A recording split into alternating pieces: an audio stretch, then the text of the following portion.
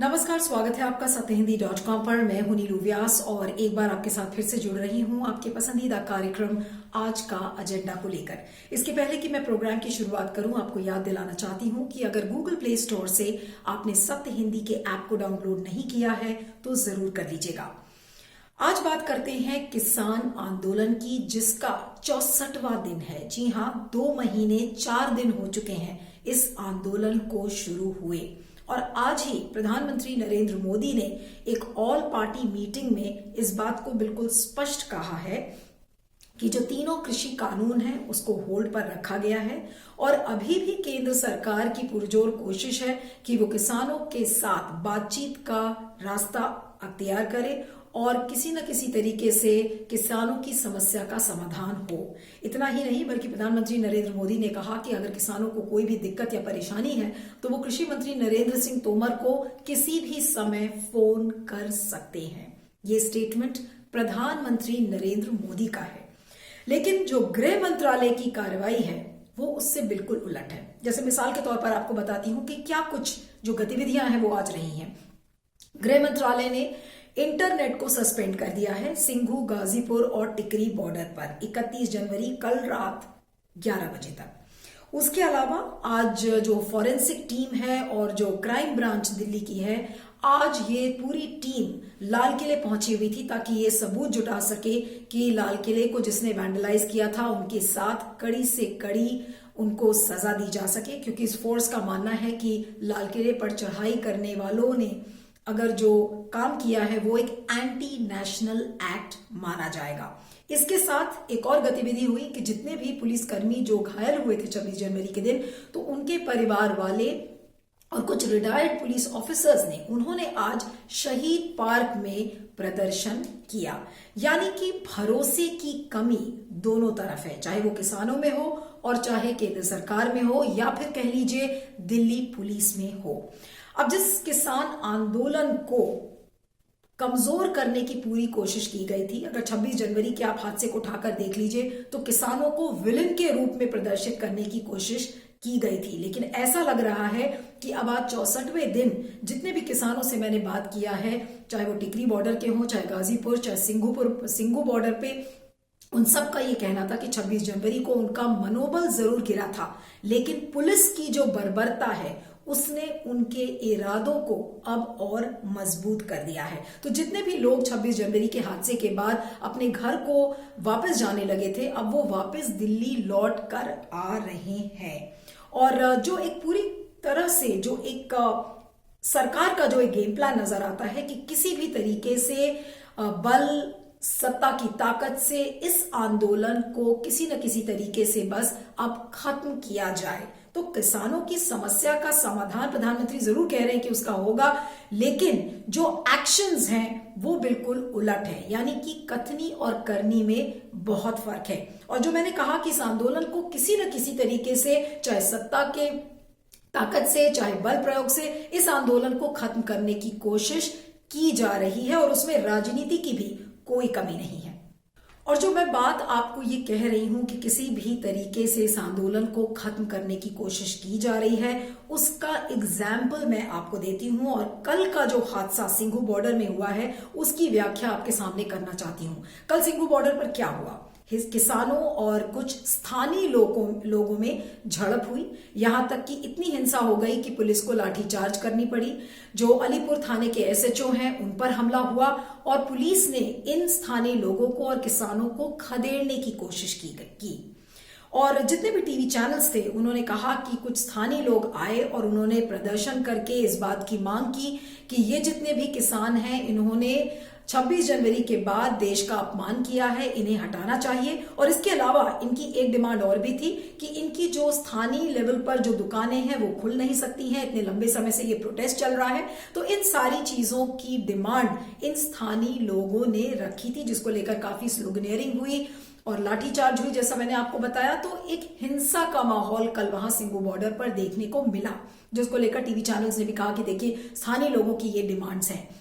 लेकिन alt news website ने जितनी भी टीवी चैनल्स पर तस्वीरें आ रही थी उनका विश्लेषण करते हुए और कुछ और लोगों से भी बातचीत करते हुए ये बताया है कि ये जो लोग स्थानीय लोगों के नाम पर आए थे, ये स्थानीय लोग नहीं बल्कि बीजेपी के कार्यकर्ता थे। अब एक एक करके आपको उसका एग्जाम्पल बताती हूं।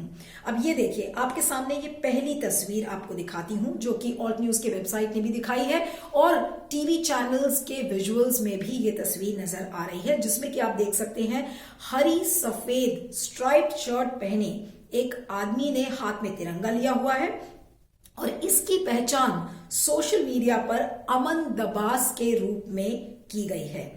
और फेसबुक पेज अगर आप अमन दबास का उठाकर देखें तो उसमें उसका नाम अमन पाया जाता है। ये कहा जाता है कि ये सामाजिक कार्यकर्ता है। पिछले साल बरवाला गांव और पूत खुर्द इलाके में वार्ड नंबर 31 में इन्होंने सैनिटाइजेशन ड्राइव में भी हिस्सा लिया था, जिसकी तस्वीरें भी ऑल्ट न्यूज की वेबसाइट पे आपको नजर आएंगी।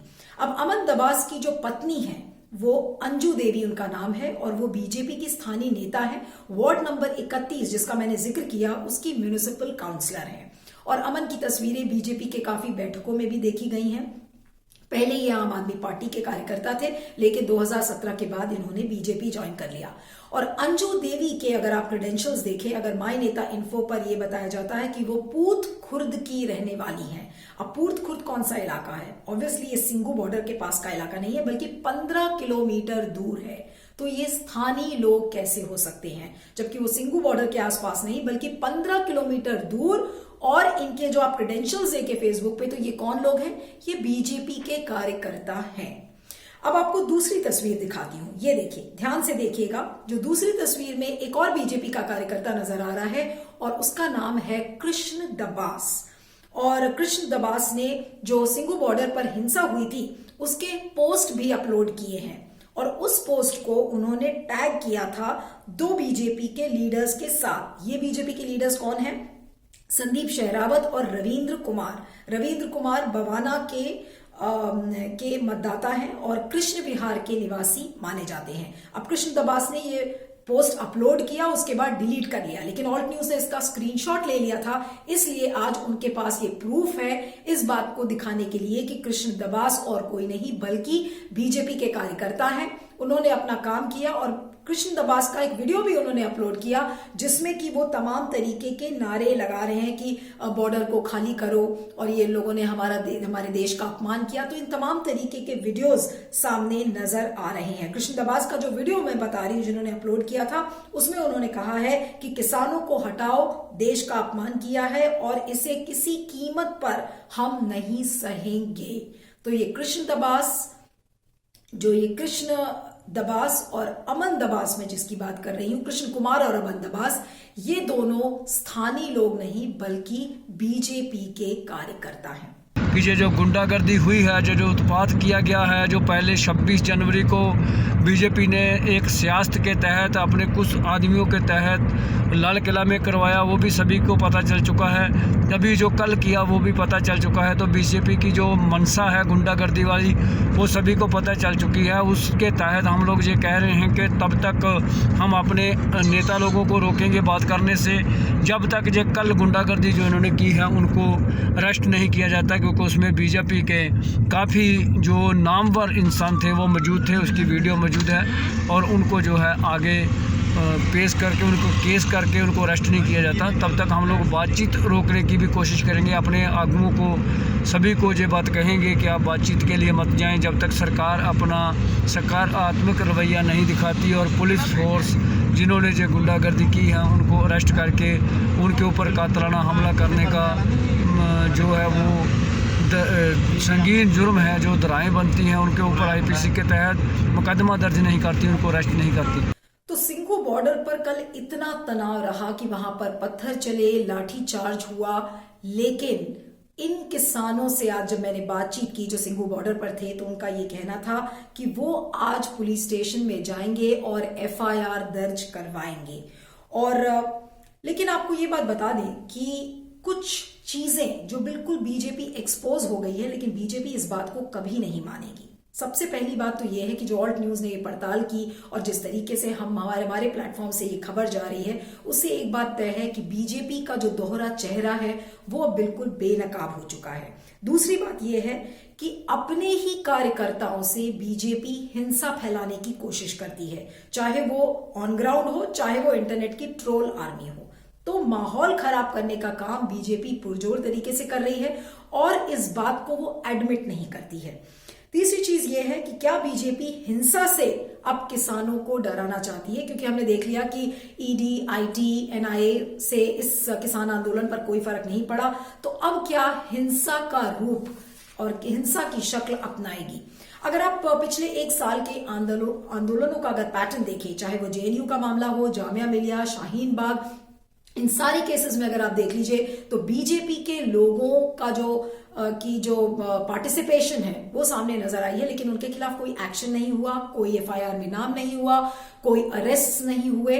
लेकिन एक स्वर में जो एक यूनिफॉर्म पैटर्न दिखता है कि कोई भी विरोध की आवाज हो तो उसे सरकार दबाने की कोशिश करेगी और वो चीज दिल्ली पुलिस करने से पीछे नहीं हटती है। लेकिन आज जो सबसे बड़ा सवाल है कि एक किसान जिसके पास इतनी ताकत है कि पूरे देश का वो पेट भर सकता है, जिसके पास इतनी ताकत है कि पूरी कृषि अर्थव्यवस्था को वो चलाता है, तो क्या आज मोदी सरकार उस किसान को दबाने जा रही है और क्या वो किसान दबने के लिए तैयार हो जाएंगे? ये बड़ा सवाल है। और आज डर जो इस बात का है कि कहीं ऐसा ना हो कि मोदी सरकार को जो मैंडेट मिला है, विकास का मैंडेट जो कि वो लेकर आए थे, कहीं ऐसा ना हो कि वो कोई ऐसी गलती कर बैठे जिसका पछतावा बीजेपी को बाद में होगा।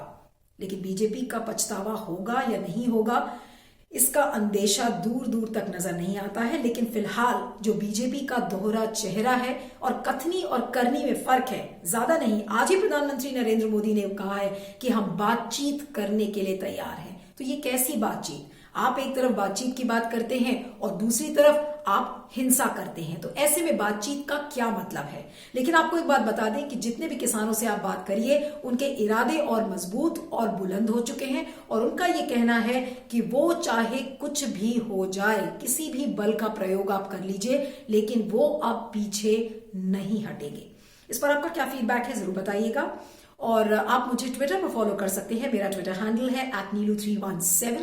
और चलते चलते आपको याद दिलाना चाहती हूं कि अगर गूगल प्ले स्टोर से आपने सत्य हिंदी के ऐप को डाउनलोड नहीं किया है तो जरूर कर लीजिएगा। बने रहिएगा सत्य हिंदी पर। Thank you so much. सत्य हिंदी का ऐप डाउनलोड करें गूगल प्ले स्टोर पर।